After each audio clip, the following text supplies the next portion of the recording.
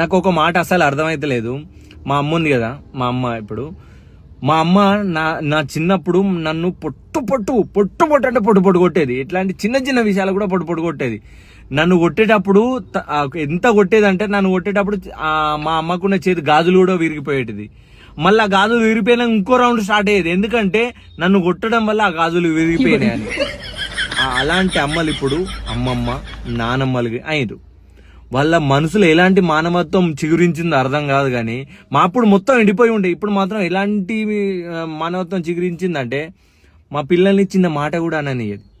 ఒకవేళ బై మిస్టేక్ల మాట అన్నామనుకో, మేము కూడా పిల్లల్ని సాకినాం, మీలాంటి కఠినమైన అమ్మ నాన్నని ఎక్కడ చూడలే, నీలాంటి తల్లిని చూడలే, నీలాంటి తండ్రిని చూడలే అని పొట్టు ఈ ఉల్టా మమ్మల్ని తిడతారు.